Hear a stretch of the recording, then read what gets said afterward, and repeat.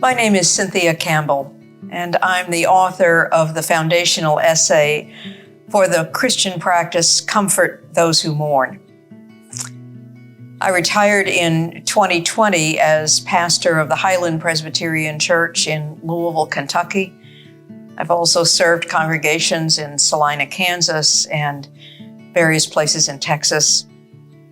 I'm also the President Emerita of McCormick Theological Seminary in Chicago, where I also taught theology.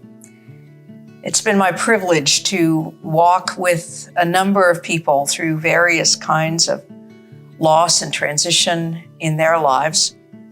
And I was especially pleased to be asked to write this particular practice.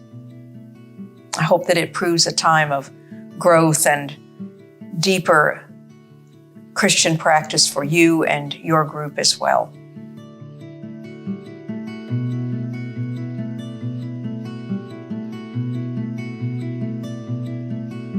In this third section, we come to the center, as it were, of the practice itself. Comfort those who mourn.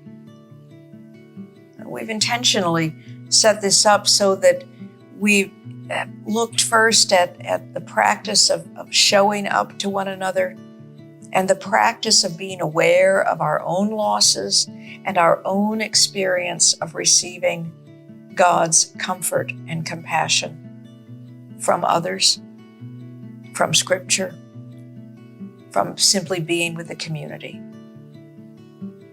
Now we focus on what is it that we do as we comfort one another. This is where we embody God's own compassion and care through our actions, through our presence, through what we do with and for one another. We become the face of God's solidarity with those who suffer through what we do. We look here at the tangible ways in which you can express God's comfort for others. I think it's important to think of this as very incarnational. It's not just what we say, but it's things that we can do.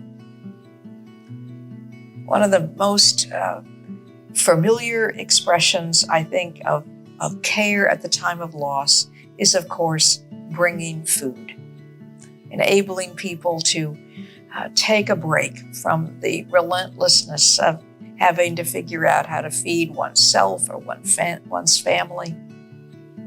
Setting up a meal train is a custom that many congregations do when there's an event of joy or sorrow, a newborn baby, or at the time of death. There's a reason we call it comfort food, because it expresses the need for life to keep going and an outpouring of very concrete care. There are lots of other little ways that you can express that same kind of care and support. Maybe people need to be gone from the home and have pets taken care of, or errands run, or a yard mowed.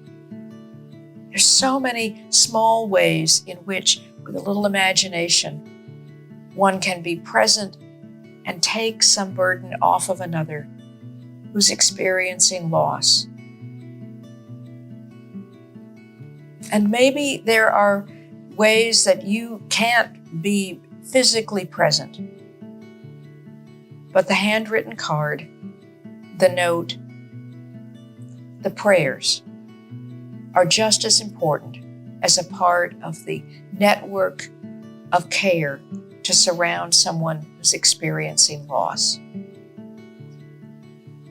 And this is something that people of all ages and stages can participate in. From our little ones drawing pictures to go in cards, to people who are homebound or recovering from surgery, to teenagers who can do some of that, raking the raking the leaves or mowing the lawn. There's a way for all of us in community to reach out in tangible ways to one another. Psalm 23 is a psalm that we almost always use at a funeral service for obvious reasons. It's a psalm of comfort and care. The Lord is my shepherd, I shall not want. But notice, if you will, the specific kinds of things the shepherd does. The shepherd makes sure that the sheep find their way to good food and clean water. The shepherd makes sure that they take time to rest. And then as the image shifts to God as the host prepares a table, pours the drink, sets the food out, assures us of God's presence around us at all times. This is what we are called to do, one for another. We comfort those who mourn.